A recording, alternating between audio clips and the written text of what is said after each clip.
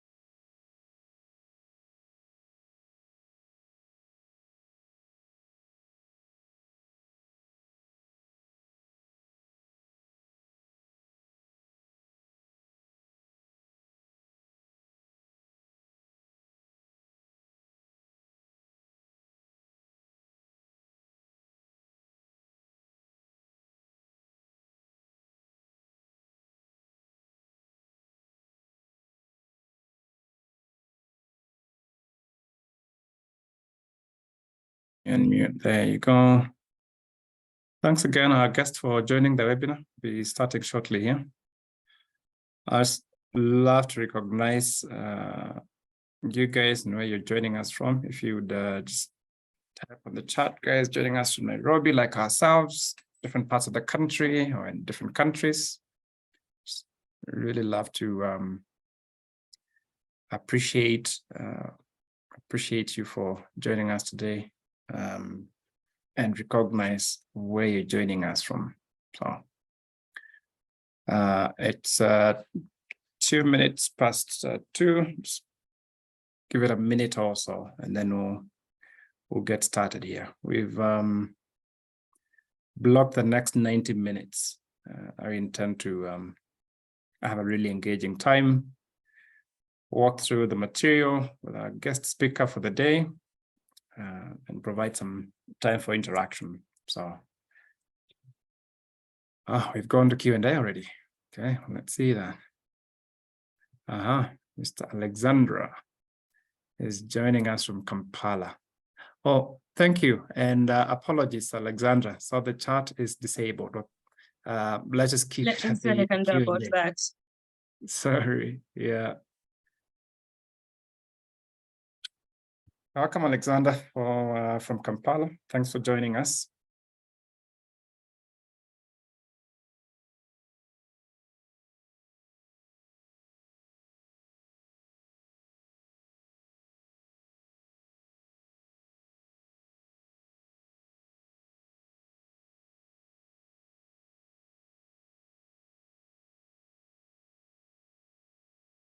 We noticed when people are registering for the webinar, we had quite a few on our LinkedIn page that diarized the event on their calendars, but they hadn't quite transitioned or completed the entire process and registered on Zoom to get the link to join. So maybe there's a last minute switch there to get the link to join us.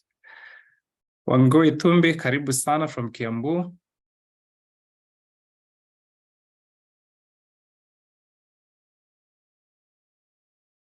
I used to live in Kiambu way back, early 2000. It was much cooler. I think Nairobi now is colder than Kiambu.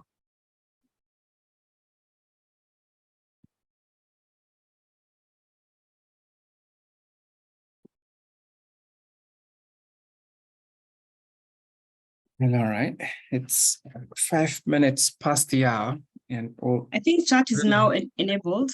So okay, yeah. It really Help is Santa okay. confirm that. Yeah, because we'll be using the Q&A for questions anyway. Thanks for enabling the chat. But you guys are getting the hang of the Q&A. That's all great. Well, we can just keep it at the Q&A. Alrighty. I was saying in the interest of time, and as guys continue joining us, Patrick from Kasese in Uganda. Thank you again for joining. Thanks, Patrick, and welcome to the webinar today. So yeah, as the rest of us join in, we're going to get the show underway. We're just going to get started here. So we provide as much time for our guest speaker here to cover their content, allow you guys sufficient time as well to interact with the material and run through the questions and answers. So you're welcome. We've really been looking forward to today and preparing for this day. Extremely grateful and thankful we're able to host you today for the first of 4 webinars that we'll be having. So if I could just step back a little and tell you a bit about Founders Freedom. There's 2 of us from Founders who are co-hosting the event today. There's Joyce Kaima, signed in as Founders Freedom. She's a co-founder, as I am as well. My name is Martin Mutuku. And I will start us out on the first part of this webinar, and then I'll switch over to Joyce later in the show. So just a bit of background about Founders Freedom. There you go.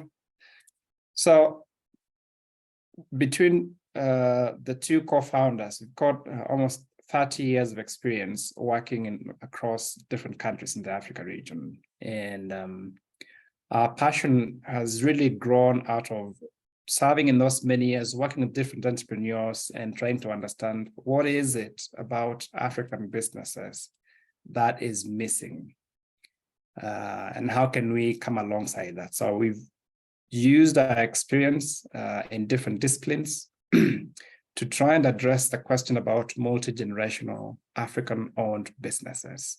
That's our passion. That's our vision. We want to create a community of successful multi-generational African-owned businesses. There'll be, for those that have attempted to document the cases of successful African businesses, there are way too few and far between. And our desire is to change that and get to create businesses that are able to transition from one generation to the next. Now, the how to do that is a whole other matter that we're seeking to address through our mission, which is to help founders build firm foundations that enable their businesses to run in their absence and last generations. There are cases upon cases in newspapers. At one point in the Kenyan dailies, there was an article about up to 500 billion Kenya shillings held up in courts. These are family-owned businesses. 500 billion. When you put that in context, the Kenyan economy is what, 3 trillion Kenya shillings.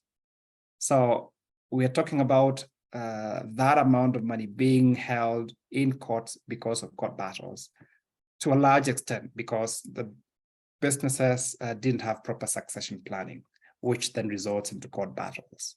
And everybody loses, both the successors, the suppliers, the employees. So we seek to help founders build firm foundations that enable businesses to run in their absence while they are still active, so they can transition to the next generation and see that wealth is passed on. We continue to create more value. So what we offer founders is strategy. We found tremendous value in having founders document their vision in a way that it's not just in their head. You're the founder, yes, you have a vision of what you want to grow here. It's your KFC, it's your McDonald's, it's your Coca-Cola, whatever it is, the founder has a vision, but we need to put it in writing so then you can engage other stakeholders. For you to execute your strategy successfully, it takes a lot of people. It takes employees, it takes suppliers, it takes customers, it takes financiers. How can we get these people to rally around your vision if it's not documented and articulated, it's put out there? So that's the first place that we start in working with founders.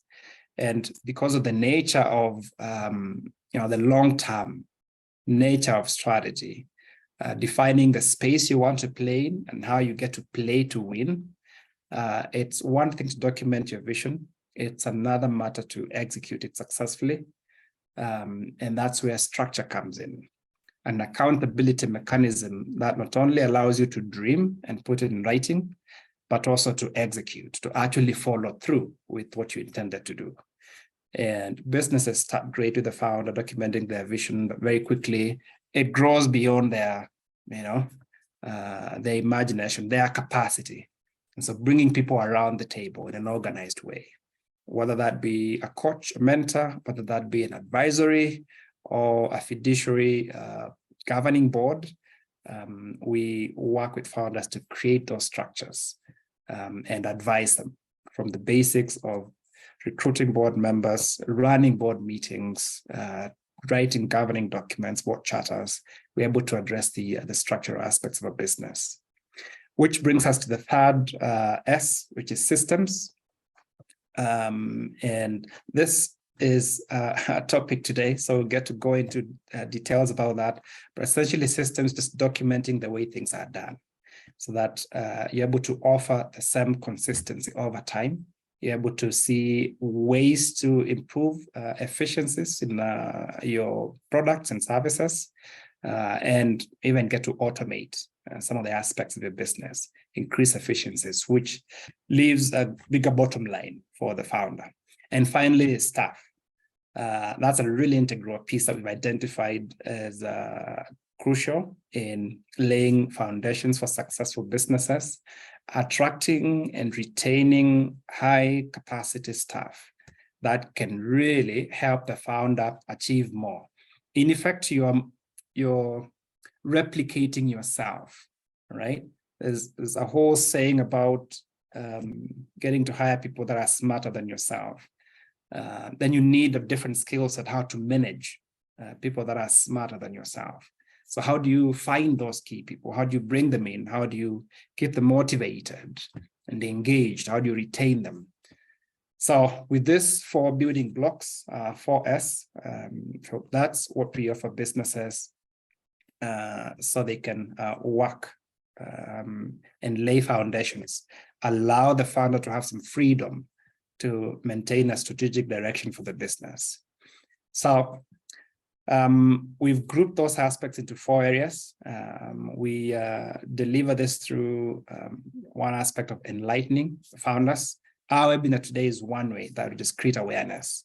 And that's why we're able to offer this webinar today for free, invite as many people, share great material, create awareness about the value of those things that we talked about.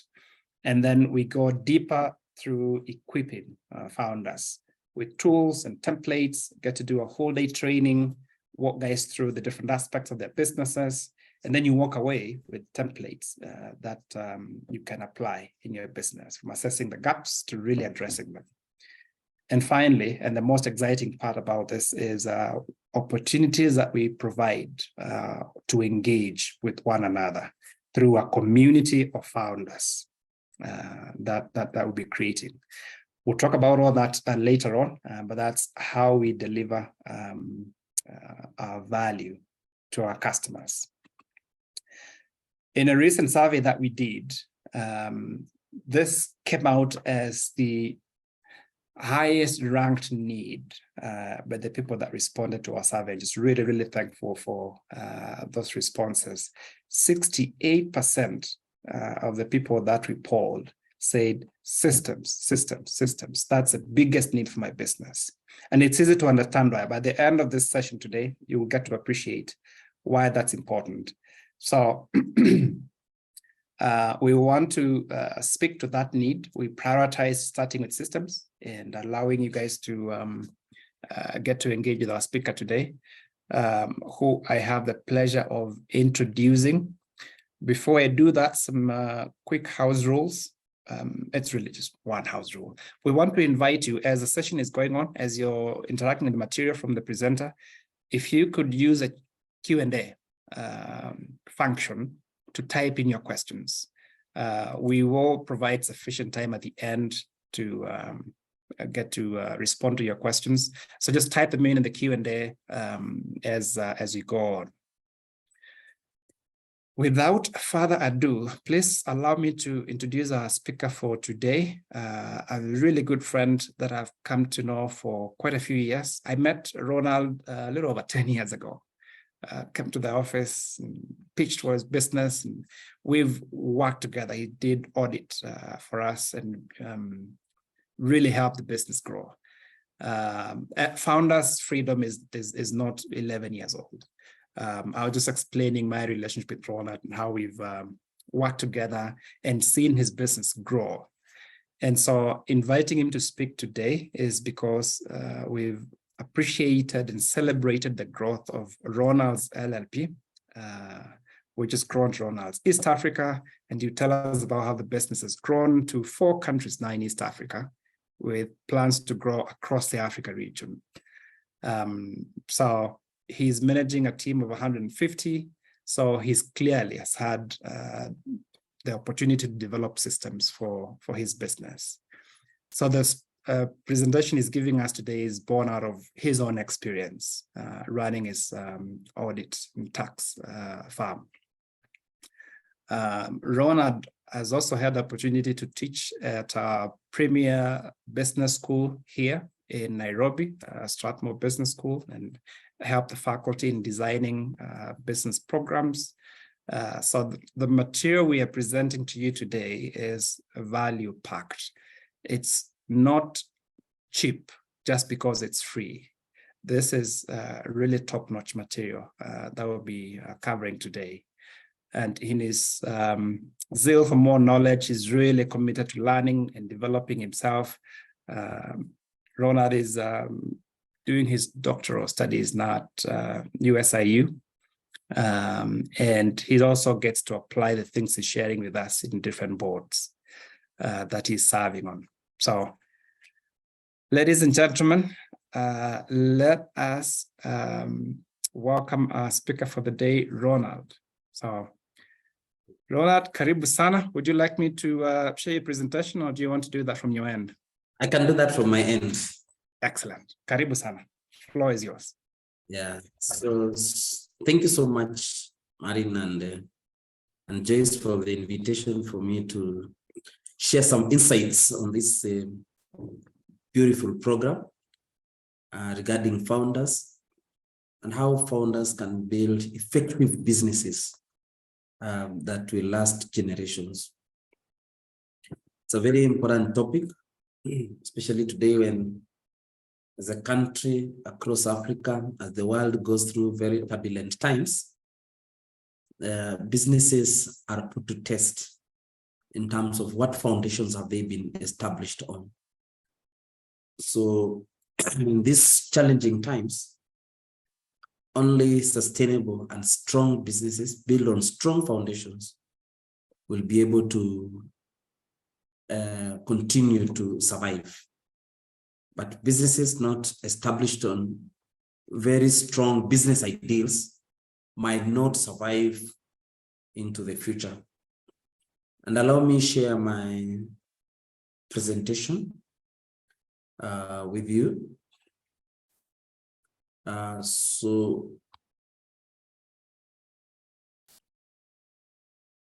Okay, based on our discussions with Martin, we decided to call this business efficiency, but I will just be talking about some pillars, some structures, some structural adjustments and strategies that you can put into place in order to be efficient, to be effective, and to be a generational businesses in this part of the world. So maybe just before I begin, I would want to ask the participants, what are you doing currently? That's the question I have for you. Are you managing your own business as CEO and owner? Or you have a CEO or manager running your business and you are managing other people's business, or have taken over family business or others? Maybe if you can just give us that feedback so that we're able to know who are we talking to and therefore understand the context of our conversation. So kindly, if you can give us feedback, what are you doing? And you can just tick one of those boxes to help us to understand your preoccupation. And that will help us to shape our conversation. So kindly, if you can, polling, you can just on the box, if you can be able to tick what business you are involved in. I don't know whether it's showing me the polling results. Anybody who has not polled?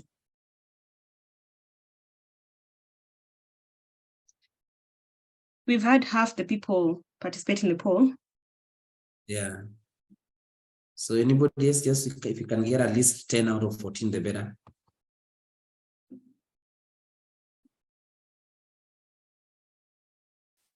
Do you have 10, Joyce? We are still at 6. 6, So there's a okay. few more people.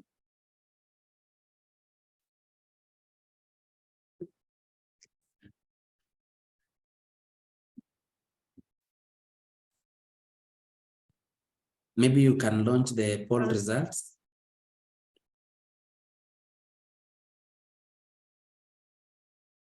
Yeah, so managing your own business, 71%. Having CEOs, managers running your own business, 14%, or one person. And then managing other people's business. And none has taken over from family business and other. Thank you so much. I think that's impressive. Actually, it was my expectation that those are the type of participant. So I believe with that now, I confirm that we have the right participants. We have people who are actually in business and especially managing their businesses as a CEO. And it's such a fulfilling thing. And I remember one of the books I read at earlier stages about how businesses transition, because initially you are self-employed, you start a company as self-employed, whereby you're just yourself, and maybe sometimes you get some few employees on board, and then now you have maybe a couple of employees, maybe 10, 20 of employees, and most professionals and practitioners, we are in that particular bracket whereby we're just managing our own business with a few employees and all that. And while that is not a problem, it might give you the income and the resources you require for your daily needs. It's some of the reasons that why we are coming here to see how do you transition from number 1 to number 2, and why, and what strategies are there. And before I continue, let me just refresh a bit.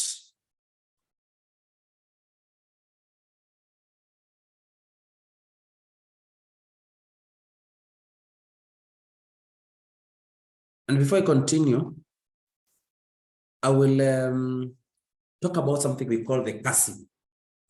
So I know CASIM in terms of the definition is it's a huge range or a deep range that separates two places. And most of us, we start out as small businesses, self-employed. And of course, the farm starts farm. Initially, we have someone will say that out of the 2,500 employees, about 2,500 employees, all of them, everybody has an idea.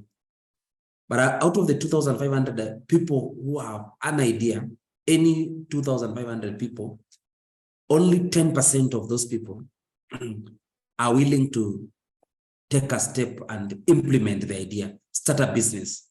Otherwise, most people just sit on the periphery with the idea and they keep on wishing that one day the idea will be actualized, but only 10% of those, about 250 of them, will actually go ahead and implement the idea. Out of the 250 people, only 25%, or rather like 50 of them, will actually stay with the idea for more than 3 years, because the rest of the small businesses who start, out of the 250 of most people who start business, only 25% will go beyond the 3 years. And even beyond the 3 years, it's more difficult because it's only 50% of that, which is about 25 people, who will actually stand in when now they are confronted with challenges. When there is now maandamano 3 days a week, will you close your business, or have you built some form of resilience within your company? So within these 50, when they are confronted with some challenges like COVID-19, like fuel prices, like the dollar fluctuation rates, they will automatically close their business, and you will only remain with the 25 businesses standing.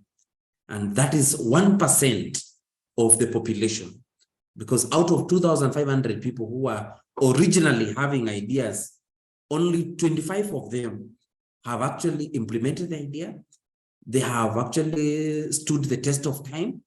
And here they are keep on refocusing and growing their business, irrespective or in spite of the challenges that they experience or they come across. And these people, they have actually crossed the small chasm and become now business owners in this small chasm. Now, they have become to what you call the early adapters.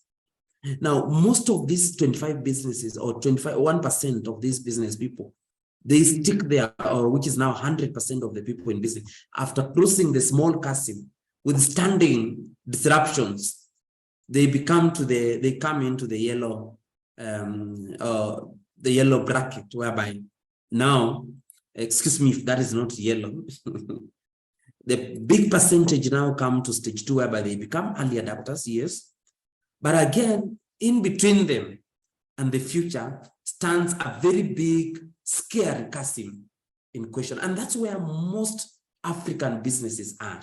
They're in between early adapters and early majority. And the 100% early adapters, only 5% manage to cross the big, scary chasm in question to become the early majority. And then we have the late majority. So the late majority are the companies that have built system structures. They have become corporations. So it takes deliberate effort, strategy, skill, and the willingness of heart to actually cross the big, scary chasm, whereby a company's transition from owner-manager to now employing professional managers, and you're no longer the CEO, and you become a businessman, or you become an investor rather than being a self-employed person.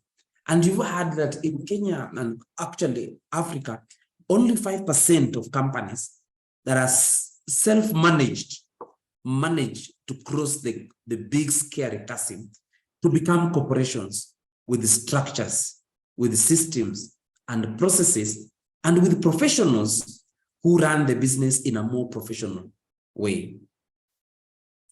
The big scary chasm that you must cross in order to experience now fulfillment as a business owner. So maybe I think with that, I believe you have actually gotten the gist of it in terms of what I mean by the chasm. Is being able to transition your company from self-employed. Yes, you have succeeded for a couple of years. When some companies, they've been there for 50 years, some of them for 40 years, 30 years, 10 years, but still with the founding managers. They are yet to cross the big scary chasm to become corporations.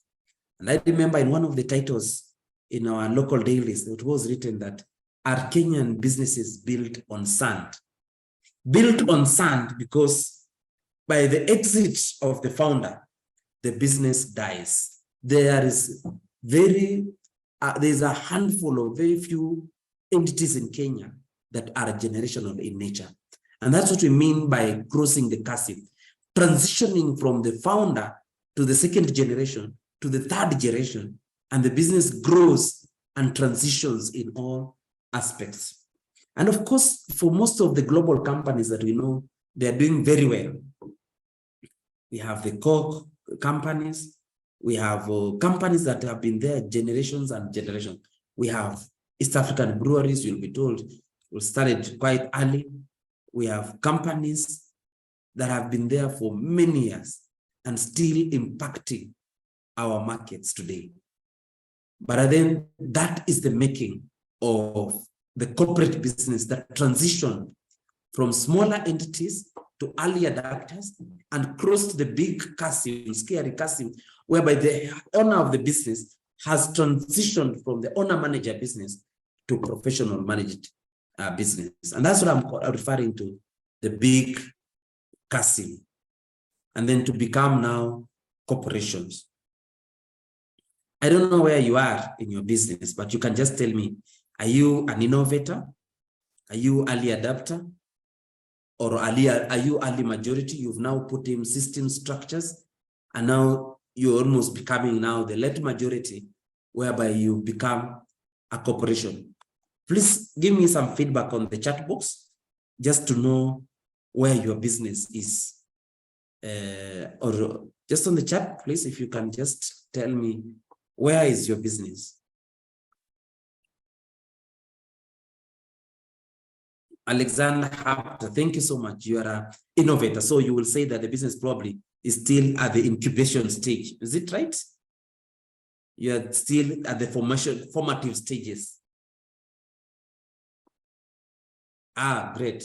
Yeah, so I think this is a very timely conversation with you, because it therefore helps you that even as you grow your business, you're able to transition to early adapters, to cross the great chasm, because great chasm is a sure bet when you're growing your company.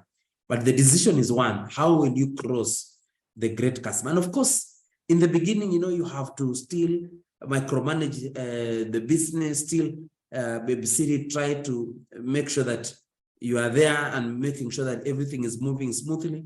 But a time comes that you have to make the decision to grow, to cross the great chasm, to cross the great chasm. Thank you. I can see most of us are at the innovative stage, and I will continue to share about why cross the great chasm, or why cross the chasm. Because some of us will say, for me, I started just my company for money and to have an income, but not necessarily to grow. But this is the motivation. One, for scalability. Because as human beings, we are limited. We are limited in capabilities, in skills. Even we are limited in vision and how far we can see. Yesterday, I was reading about a great company called the General Electrics that was started a couple of years ago in 1880s by the founder. But the company up to date, General Electric, is a big company that operates across the globe. And I was reading how one of the managing, the CEOs, Jack Welch, transitioned the company from a small company into a global conglomerate. So the reason why you cannot transition into global conglomerate, because even all the global corporations, they are started by individuals like me and you. But the decision is to cross the great chasm, the willingness, the dedication that you'll have to cross the great chasm, and the fulfillment that you want to see your business last generations and generations is what will give you the motivation to overcome the fear that comes from actually ailing from the founder syndrome, whereby you hold the company hostage. So one of the motivations that I would want to say that why you need to cross the great chasm is for scalability. Because if you don't cross the great chasm, then you don't have the capital that is required. You don't have the professional competency that you require. You don't have the market. You are limited in terms of how far you can go as an individual. So for you to scale your business, then you ought to be determined to cross the Great Chasm. And the other issue is to establish a generational businesses. As you can see, we have very few examples of generational business in Africa. We've had companies like Uchumi formed, grow, and die very fast without impacting future generations. We have great companies that have been on the Kenyan landscape, but all of them have not lasted generations. And that is the reason that your business should not stuck at the edge of the chasm, but actually cross the chasm so that you can put systems and structures to help you establish generational business. And the other one is to ensure that efficiency and effectiveness. And the other one is profitability. I have been working with a number of corporations, and indeed, companies that have systems, structures, processes, they are managed professionally, are profitable than one-man show companies that are micromanaged and run by the owner, and sometimes without significant profits, we are hold on and protecting, and sometimes protecting nothing. We would rather be better off, scale up, agree to cross the chasm so that the business can scale to profitability. And the other one is business stability and professionalism.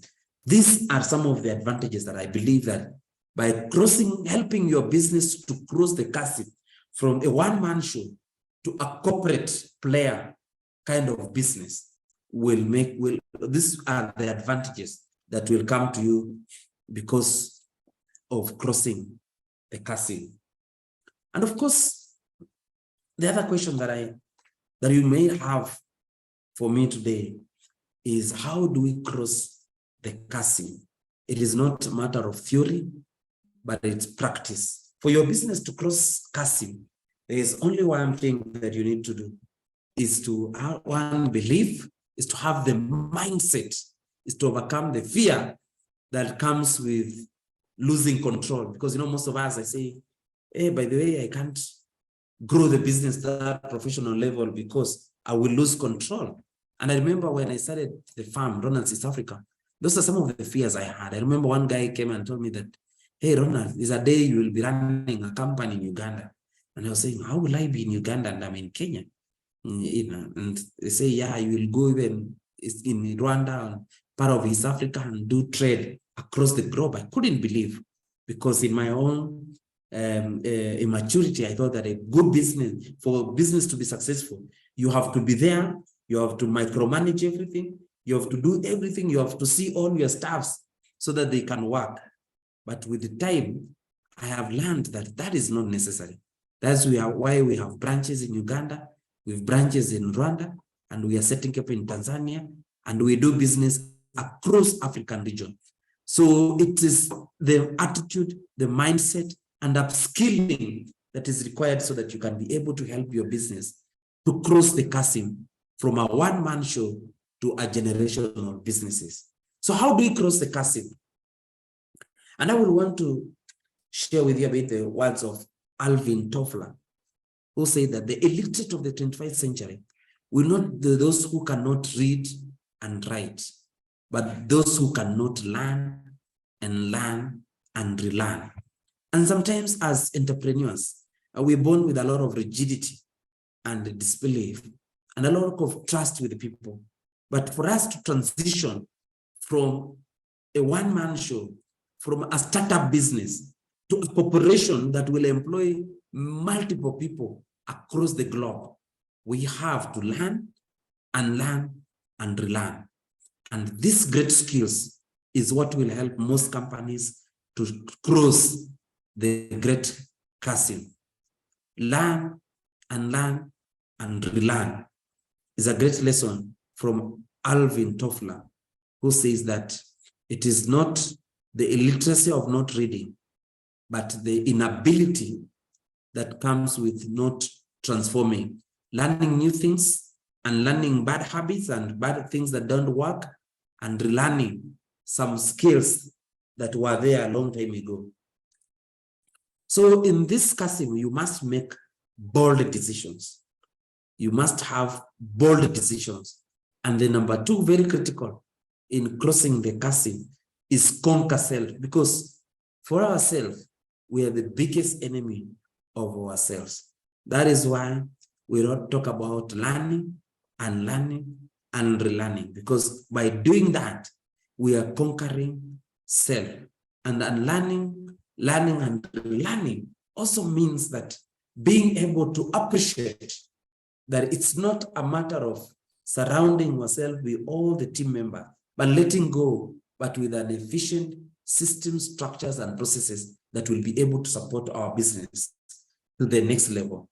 So I want to show you briefly in the next few pages on some of the things that I've worked with on these tools for years, just to try to perfect it, working with the different companies. I think I've worked now with more than 1,500 companies in my audit practice and consultancy and advisory.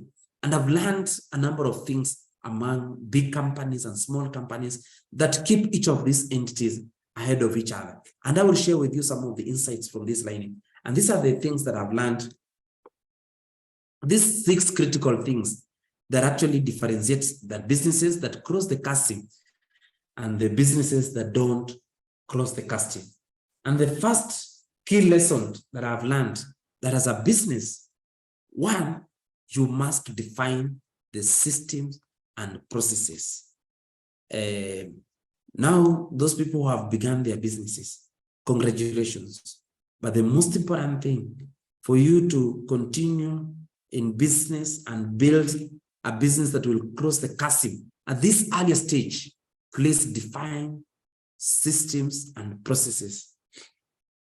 I remember the author of Build to Last says that for you to build for sale, for you to build a business that is sellable, you have to initiate or put into place systems and processes. We'll talk about it later, what I mean by that.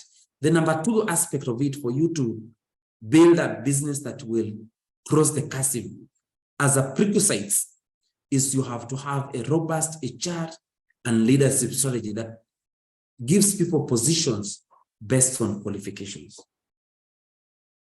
And number 3, I've talked about the issue of financial leadership, seamless marketing strategy, leverage on IT and innovation, and governance and leadership structure. So what do we mean by putting into place systems and structures?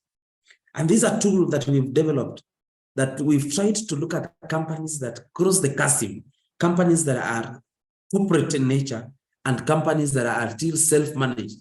They're still low, they're still not really growing as much. One of the things is having proper systems and processes. And by doing this, as the founder of the company, you need to identify the core functions of the organization. What are the core business processes? What are the core business elements? And you might find that some of the companies, their core business probably is supply chain, purchasing, storage and manufacturing, and or storage and then distribution. Have you defined your core functions of the organization? And then number 2, define the key processes for those core functions. The core functions, the core business that you offer has to be accompanied by processes for those core functions. And then number 3, I will advise you to document those processes. Write down those processes so that they are in black and in white. What processes and procedures are followed in order to deliver on your core functions and your core mandate as an organization. And the other thing is automate those processes using relevant workflow tools. And when I talk about workflow tools, some ERPs like Microsoft Dynamics will offer you the workflow tools that you require in order to help your business flow seamlessly, like a wheel, flow seamlessly. And then the other one is uphold those processes through reviews and feedback. For some of you, after some time, like for us as an organization for a long time, after identifying our core functions, defining the processes, documenting those processes, and automating them, we realized that there was a lag in upholding and ensuring that those processes are adhered at all. So sometimes designating key staff members to be in charge of our systems and processes is very critical. And also just accreditation, especially with ISO. When you do ISO 9000 and those processes are documented, then it guarantees that your business will now cross the chasm. Crossing the chasm is not a matter of heart. It is a matter of action. It's not a matter of theory. It's a matter of practice. And the practice of crossing the chasm is one of it. We've talked about systems and processes. Functions, identify core functions, define the processes, document them, automate them, implement and uphold them, and ensure that processes and systems are applied all over the organization so that there is no free for all, or it's not an organization of anarchy and confusion. If you want to have a great organization, then you have to, irrespective of your business, is define the processes of the business. Irrespective, whether in manufacturing, retail, service delivery, imports, supply chain, any form of business, you have to have documented systems and processes in place. And number two, part of this tool, what we realize that for businesses that cross the chasm is to have an HR strategy, a strong human resource and leadership strategy. How do you recruit your people? Do you recruit people based on the open door policy that whoever shows up at the office, you recruit them, or through referrals from your relatives and the pressure from friends to recruit people who are sometimes not very competent is a risk that most small businesses go through and find themselves with the very wrong people. However small you are, anybody who joins the company must be a CEO's material. Otherwise, you will be captive forever in your organization. If you have an incompetent team, you are arrested in your business. It is possible, participants, that you start great companies, you invest so much in it, but then you become a captive of the company, that you cannot even go for holiday, you cannot even afford to be sick, because if you are sick, the company is stuck, your income is stuck, and you can't move forward.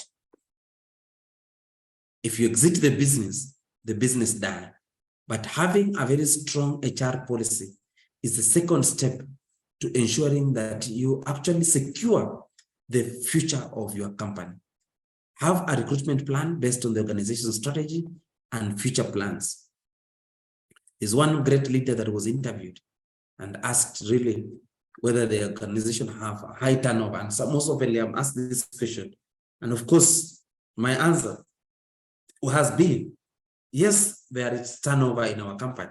We lose staffs, but the most important person to me is the person joining the company. Those staffs who are coming in, are they endowed with skills and abilities that will change the company, that will actually transform the company to the next level? Have a recruitment plan based on your organization.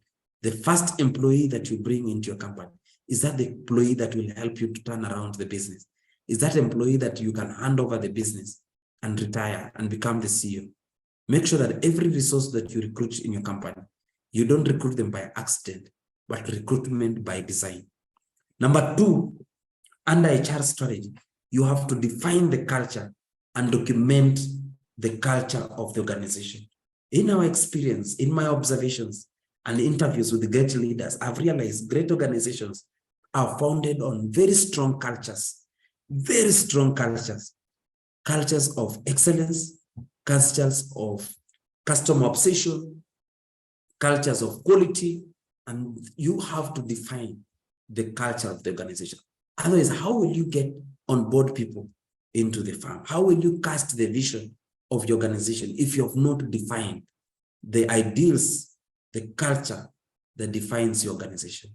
And the other thing is, after you have created the culture, you've created the team, you've recruited the people, create a winning and purposeful teams.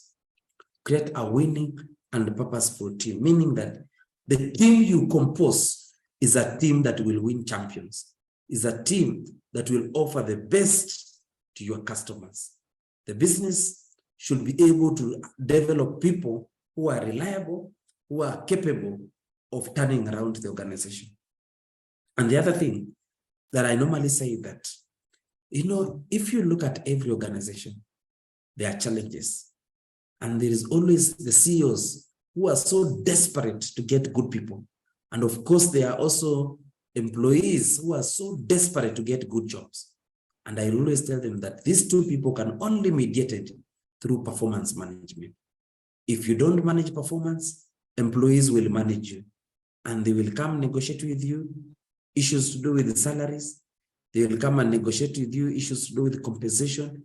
If you don't have a proper documented policy on performance, you become captive of your people. And the other issue on HR issue is also develop a reward system.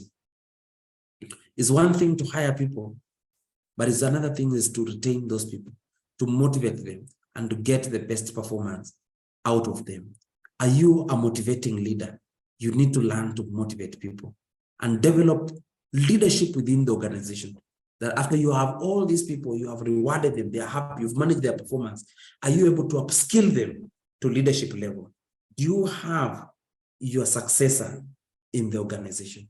You should always have a team of people who can become your successor. And the other issue is also have or develop an HR structure that decentralizes power from yourself. The essence of actually having a good structure is to decentralize power and decision making so that you as the founder of the organization, you don't become the alpha and omega of everything. You don't become, the beginning and the end. You don't become a stumbling block. For most of us who are the founders and entrepreneurs, I realized it earlier that when you transition, the business gets into better hands. It is not it's not very common to get a founder who is very good in entrepreneurial skills and at the same time good in management skills. I remember the story of Steve Jobs, who at some point, because of disagreement with the boards and because of the managerial skills, he had to be fired out of his own company because of the perception, and even it's because of the innate nature of us entrepreneurs, not to give so much emphasis on systems and structures, on processes, on HR, on how to decentralize power and encourage individual capabilities. Build a strong HR system as the number 2 prerequisite of crossing the chasm. And I will also talk to you on number 3, on what you need to do in order to cross the chasm. What you need to do in order to cross the chasm. So besides the strong HR system is financial leadership. Most entrepreneurs, and especially in Africa, when people come and we give them quotations when they are starting the company, they say, Ronald, we don't have money. They say we don't have resources, we can't afford accounting services. And eventually they start up in a very shambolic way of doing business. They can't know the cost of capital. They can't know where to get the capital for the business because they are waiting until they'll have money to have proper accounting systems in place. But for you to be successful, the author of 7 Habits of Highly Effective People say that you begin with the end in mind. You must have a financial strategy, a financial barometer that shows where is the business going. So develop sound financial management system. How do you account for your income? How do you account for your expenses? How do you account for your assets? And how do you account for your liabilities? How do you manage these fundamental aspects of finance to make sure that your business has a strong financial foundation? Have a financial leadership structure and strategy for your business. And in doing that, you'll be able to ensure that you are able to measure profitability. Running a company without financial reports is like driving blindly because you don't know what the future holds and you don't know what you are doing currently, at what speed you are going at. So the financial strategies and structures will help you to inform your future. Develop financial discipline. Some of us, I know most of the companies, the entrepreneurs, the founder, they say, yo, Ronald, I'm not paid a salary. But you find that everything, your house, your budget, all of it comes from the company. You can't grow a company without financial discipline. And then monthly or quarterly financial reports. These are the key things that you need to look at in your company to ensure that you are headed to the right direction. Inculcate financial leadership system within your company to make sure that you cross the chasm. Another prerequisites for crossing the chasm is seamless marketing strategy. Are you the only one in your business that brings customers? If you've not created team capabilities to help them to sell your products, to sell your services, to sell whatever you have to your customers, then you are a captive. You are likely to be a captive at the chasm and you will not cross the chasm. Do you have a customer recruitment plan, a marketing plan that is beyond self? Do you have a customer retention strategy? And you know, this one, I'm not talking about tenderpreneurs, companies that are born out of political goodwill because your candidate has won elections and then you start a company. Those companies are built on sand because immediately the political regime is out of office, your business is back to square one. You need to build generational and robust business. We have to build business out of entrepreneurs, businesses that are built out of deals, because how do you transition or give on your business to the next generation, a business that is corrupt? So you have to build an incorruptible business so that you are able to cross the chasm. Otherwise, if your business is based on a few tenders because there was you got because of some few people you grow in government, in government, and there is no really substantive service and products that your business is anchored in, then it's a temporary business. And the other issue is customer retention strategy. Do you have a strategy to retain customers? Because if you get customers and you're not able to keep them, then that becomes a very porous pot. It becomes a broken pot whereby things are coming and you're not able to keep. You have to have a retention strategy. Brand growth and visibility plans to expand and grow. People needs to know your brand for one thing. You have to build brand obsession. People have to be obsessed by what you stand for. And the brands are born out of strategic choice. What strategic choice do you have for your company? So therefore, having a very seamless marketing strategy will help you to have a strong business that is generational, that will cross the chasm to become a corporation. Exercise service leadership. We're at a time whereby people are talking about cutting costs. And I say that in Africa is a country with an immense potential because the customers are so forgiving. It's only in some of these countries that you get, people don't take customers seriously, but still customers still come. But if you're able to build very strong service leadership levels within your organization, then you are earmarked to be a generational business. What marketing strategy do you have for your organization? And how is it working for your organization? Do you have a customer recruitment plan? Do you have a customer retention plan? And are you building brand growth and visibility plans and brand obsession for your company? And the other one that I wanted to talk about is leveraging on IT and innovation. And you will agree with me that almost all companies, 99% of the companies are being disrupted by IT and innovation. And there's this book called The Lean Startup, that in every company today, you have to have an innovation department within your organization that constantly tells you, this is where we are as a firm. This is what we need. This is what is happening. You have to develop that capacity for continuous innovation and business and rethinking the business model, because businesses don't remain the same because of change. We had these yellow taxis that used to enjoy a lot of taxi services and had a huge monopolies. But because of Uber, those taxis are nowhere.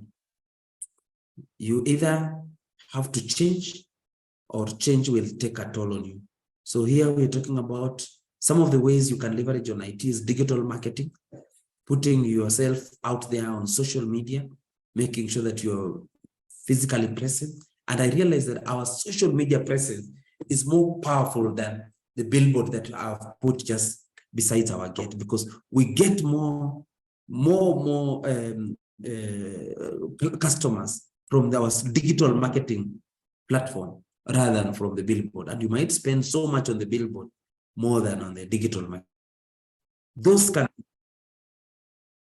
can be automated. Embrace continuous innovation through what you call the lean startup, making sure that even if you are in business, like for us here, we consultant services. I have just next to my office is an innovation team. Every 3 months, we have a new product that we are launching on. Some of them survive, others don't survive. But that is the making of a generation of businesses. This is the making of a company that will cross the chasm. And last and not the least is establish a system of governance and leadership structure. A soundboard. You know, we normally say in the School of Leadership and Management that power corrupts, absolute power corrupts absolute. It is possible that to start a company and being consumed by a lot of power that you have for your employees and all your suppliers, you might be corrupted by the power. And because of that, mismanage your own company. It is possible to start a company with a very good intention, but mismanage yourself or be an enemy of yourself. To make sure that there is a system of checks and balances, to make sure that there are people who will put you to question the way they put Steve Jobs of Apple to question and laid him out so that the company can reestablish himself into a corporation. You need a board, a sound board of wise people who questions your strategies, who also challenge your ideas. And this helps you to have a good business case. Ensure appropriate board composition,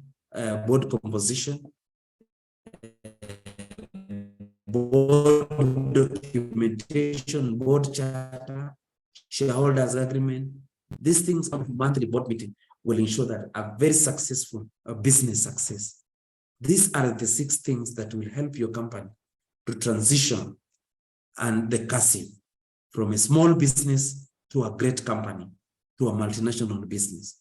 Otherwise, it is not rocket science, and it's not the theory, no, actually you mastering this on your fingertips. It's you being a practitioner, from a theorist to a practitioner. Governance and leadership, IT and innovation, marketing strategy, financial leadership, HR strategy, systems and processes is what will guarantee you success in your business, in your startup, and in your corporate that is about to cross the chasm, that is about to grow beyond the borders. Thank you so much for those few remarks. So I think we can just have questions, and then I will be able to close my presentation there. Thank you. Back to you, Joyce.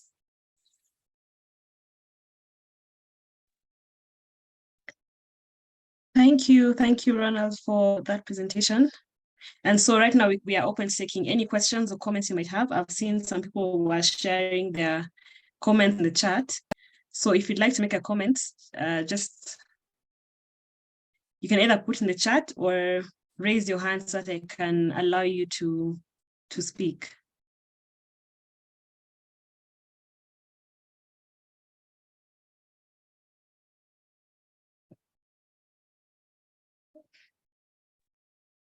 Okay, Ruth, you can go ahead. Ronald, thank you so much for that very insightful presentation. Now, my question is it only after you cross the chasm that you are able to set the systems, or can you do that right from the one when you're thinking about getting into business? Thank you.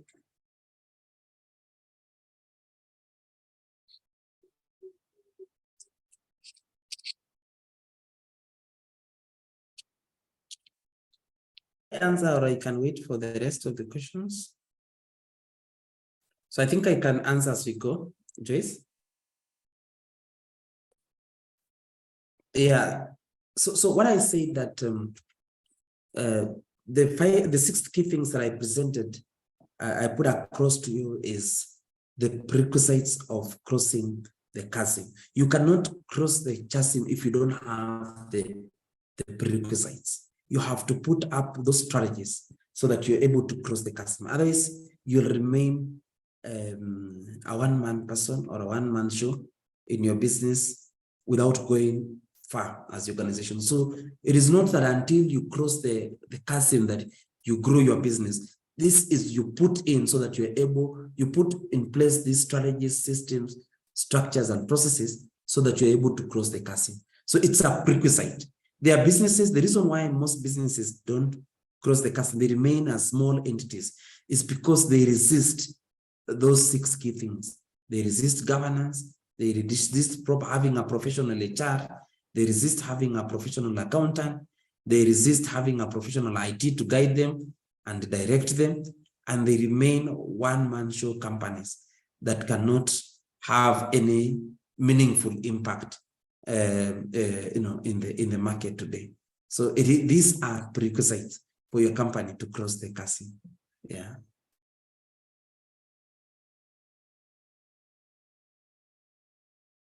Are we together? Do we have any more questions or any more comments? Jab, thank you for your comments. Thanks. We're glad that you've learned a lot from this session. Yeah. Can you hear me? Yes, yes. Yeah. So yeah, thank you very much for that clarification. My take on this is that of the importance of having all those experts on board when we are starting our businesses, just for specifically for guidance, because the systems actually expand with us as we grow. And some of them, so long as you're thinking about them, you will know when the shift is happening and you can be able to adjust. The importance of having that foundation right from when we are thinking about the innovation, the idea of coming up with the business. So thank you for the clarification. Thank you, thank you. And sometimes when you are starting, Ruth, you might not be able to afford some of these things. You can easily even outsource.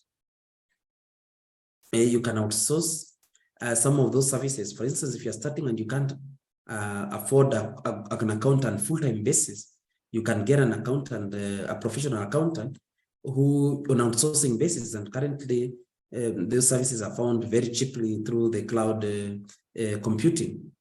Even HR practitioners, there are people who can work for you, especially in terms of recruitment, in terms of performance management, on a part-time basis. We have IT practitioners who can work for you on a part-time basis.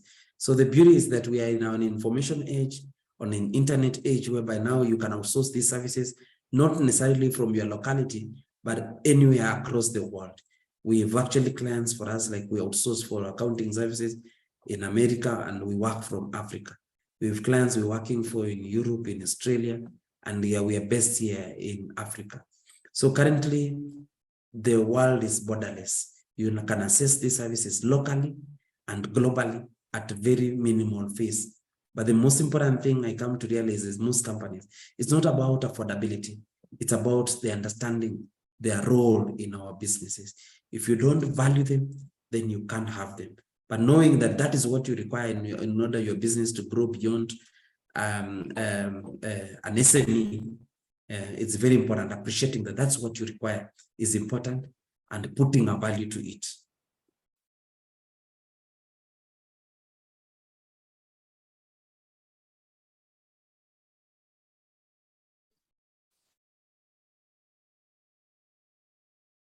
So we have another question. How do you address the fear of a founder losing control? How do you address the fear of a founder losing control? I think as a founder, as I said, that the biggest enemy of yourself as a founder of a business is yourself. And as I said, as a founder, you need to unlearn, to learn, and to relearn. And one of the things that you need to do is to learn how to get results without being the one doing. Learn how to get results by delegation.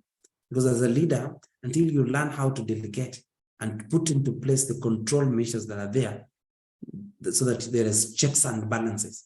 Because if for me, if I'm a founder and for instance, I'm not even approving checks, there are internal auditors who will audit and approve payments on my behalf. So one is putting into place systems and structures. You cannot leave an organization as a founder before you institute proper systems and structures. And systems and structures calls for checks and balances to manage and check those who you have charged with governance of an organization. So one of it is you must put proper systems and structures so that you're able to get meaningful feedback. And let me give you an example. Most founders like us, we normally think that by signing checks in our companies, we are on top of things. But don't you know that not only signing checks is a big responsibility in organization, but the procurement decision is the most important, because you sign checks, but who procured? Because whatever something has been procured in your company, you already lost power when you allowed someone else to procure on your behalf. Therefore, if you wanted to control resources in your organization, you will also control all procurement. But as long as some procurement can go without checks, then you already lost. So the biggest control mechanism for founders could be a budget. So that's why I'm saying that you need to learn new ways of managing the business without necessarily being there on a daily basis to check the bank and check all the payments that they are. Otherwise, how else will banks be giving you money in other branches without the owner sign? Assuming the banks, the owners were supposed to sign all the checks in the bank, will you even get any money in the bank? It will be very impossible. But because of proper system structure, we are able to rely on other people to run our companies on our behalf. The other thing is, the other way you can overcome that fear is making sure that the founder has his plans out of business, because if you have other plans, then you don't fear losing control. Most founders don't fear losing control, but they fear becoming idle. They wonder what they will do next in terms of how do they involve themselves with a business. So it is important that the founder trying to establish what to do before actually ceding control of the business. What will he be doing? Will he be golfing? Will he be opening up at other markets and branches? What will be his role after the business is ceded to those whom he has succeeded?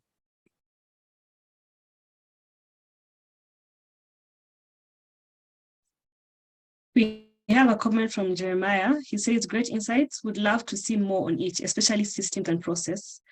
Any pointers to sample resources? Jeremiah, I'm not sure what you mean by that. Would you like to expound on that? Maybe if I allow you to speak.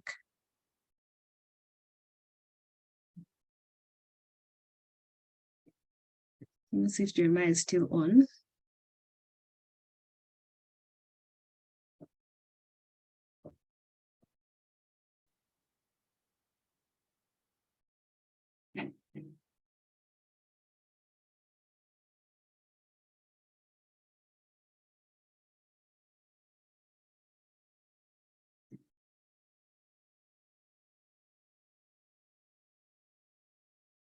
Jeremiah, you're unmuted.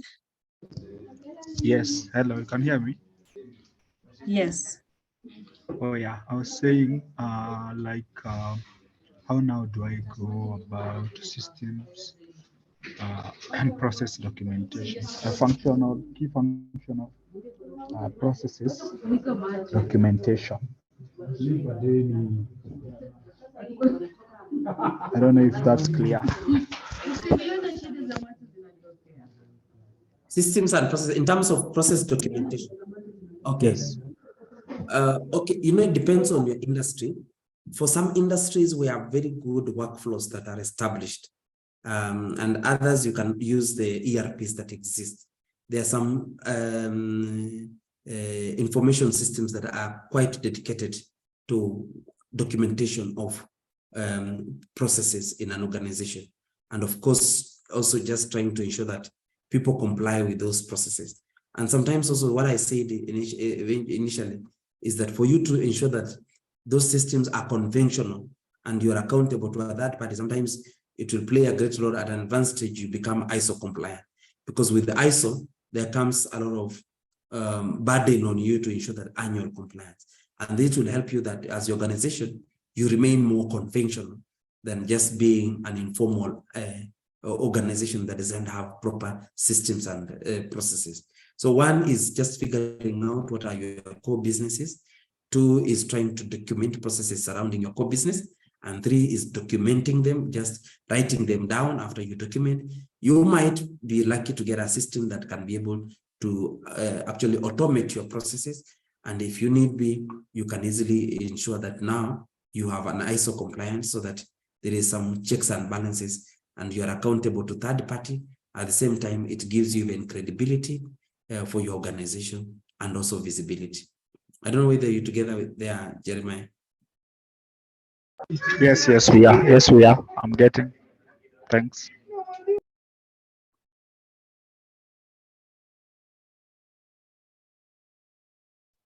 I don't see any more questions or comments. We just have Livingstone who just joined us. Welcome. We'll share a recording of this webinar. So if you missed it, we'll be able to share with you the link for the recording later, then you can listen. Let me say, I see one more comment. No, I don't see any other questions right now. But if you still have any more questions or comments, you can still contact us at through our email address, hello@foundersfreedom.org. And also, Ronald has just put his email address in the chat. So you can contact Founders Freedom, you can contact Ronald, and if you have any questions or comments on this presentation, we'll share the recording. We'll also share the presentation that Ronald just did. And it's been a very insightful presentation, Ronald, thank you. For me, hearing about crossing that chasm from being a one-man show to being a corporation, that has really stood out to me today. So just a few things before we close, just to let you know what Founders Freedom has coming up for you. I will share my screen.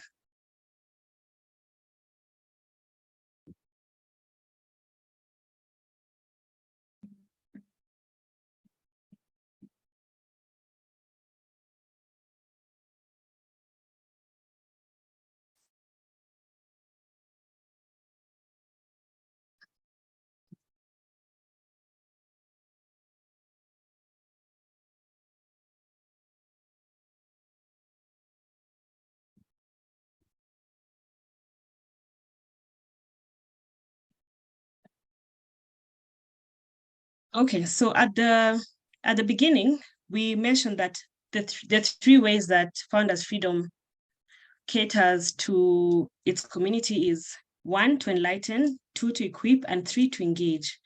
And so I would like to just give you an overview of what we have coming up under those 3 areas. The first is enlighten, and we've just had this webinar on systems, which was the biggest need we saw from our survey. Coming up, we have next week at this same time from 2 p.m. We'll have a webinar on strategy. Then the next week on the 1st of August, we'll have structure. And on the 8th of August, we'll have something on staff. So the details of next week, we'll be having a webinar on strategy focused on communicating your vision. And that will be a presentation by Joram from Sandbox. And he's talking to us about how to put together a strategy in a way that you can track your progress and share it with your team for the success of your company. So please diarize that and plan to attend if you're able. And Equip, we are planning a day-long workshop, and that will be done in partnership with International Leadership University. That will be on the 15th of August next month. And in that workshop, you'll get to network with your fellow business founders. You will share experiences, and that's where in that workshop, we'll share tools and we'll share action items that you can take for your own business and actually begin this journey towards building a business that can run in your absence and also last generation. So you learn from the successes and failures of businesses that have managed to outlive their founders. If that interests you, definitely, if you're in this session, we are going to share all the details that you need to sign up for that workshop next month. So also please keep track of that.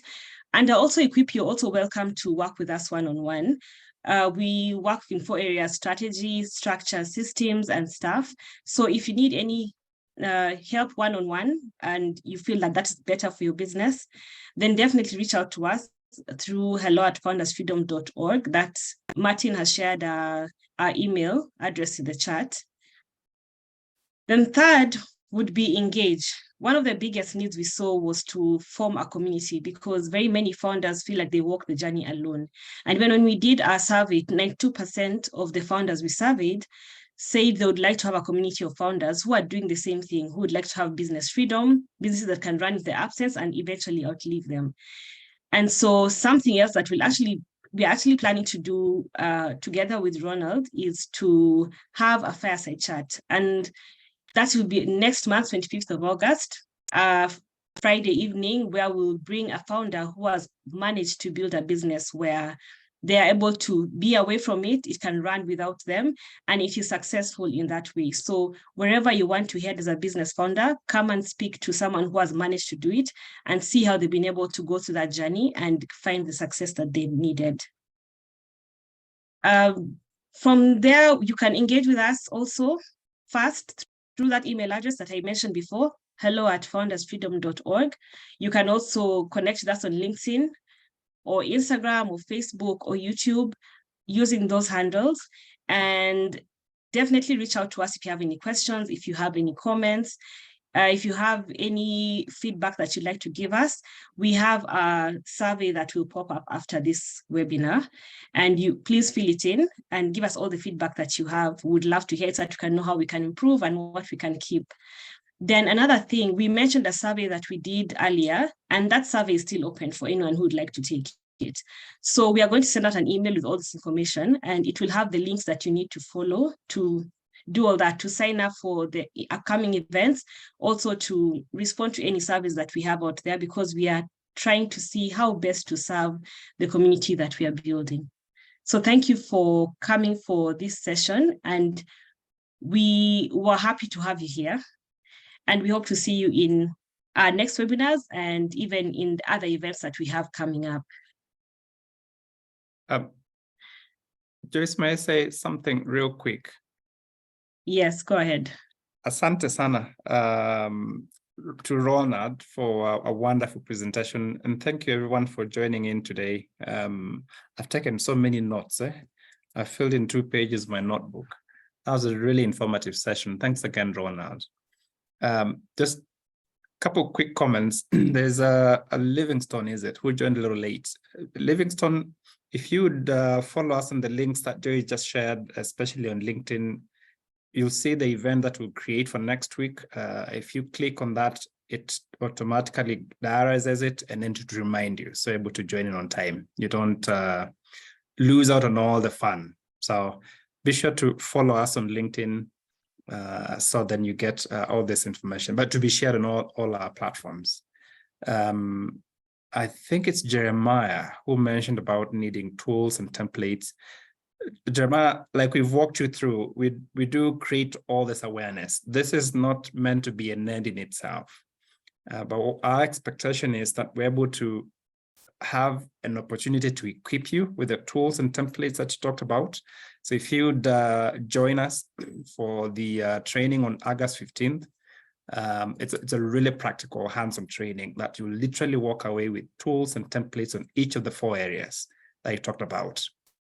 How you can document your strategy, how you can create a board, how you can document your systems and processes, and ways of having your attracting and retaining your staff. So that training on 15th will have really, really practical tools that you can bring home with. It's like having your business templates that you can use in different ways. So I would highly recommend that to equip you to actually do your run your business efficiently. And then finally, just to thank our partners. I think it's really, really exciting to have Ronald speak in a great partnership we have with Ronalds East Africa, International Leadership University. Dr. Kitawi, I think, is in the house. Really pleased to have that partnership with ILU. So And next week, excellent list of industry expert speakers lined up to give you the best value for the time that you choose to spend with us. So thanks again, everyone, for joining. Spread the word, invite your friends who missed today.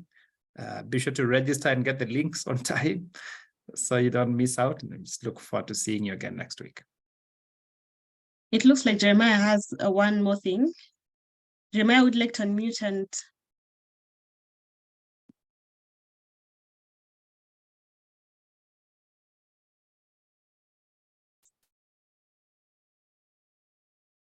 okay, maybe his issue has been addressed. Okay, so thank you and have a good afternoon.